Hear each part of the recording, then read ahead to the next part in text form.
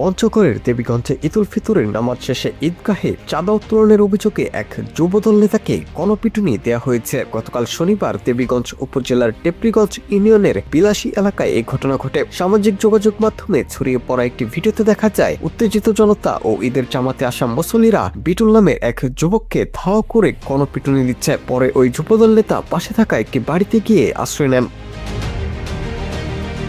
অভিযোগ উঠছে ঈদগাহের পাশে বসা অস্থায়ী দোকানগুলো থেকে সাংস্কৃতিক অনুষ্ঠানের নামে চাঁদা উত্তোলনে যায় বিটুল সহ কয়েক যুবক। দোকানদারদের দাবি তাদের কাছে মাত্রাতিরিক্ত চাঁদা দাবি করা হয়। প্রতিটি দোকান থেকে 400 থেকে 600 টাকা পর্যন্ত চাঁদা দাবি ও অনেকের কাছ থেকে তা আদায়ও করা হয়। এতেই ক্ষিপ্ত হয়ে ওঠেন ব্যবসায়ী সহ স্থানীয়রা। এ সময় চাঁদা দিতে না চাওয়ায় বেশ কয়েকটি দোকানে ভাঙচুর ও মালামাল লুট করা হয় বলেও জানিয়েছেন ভুক্তভোগীরা।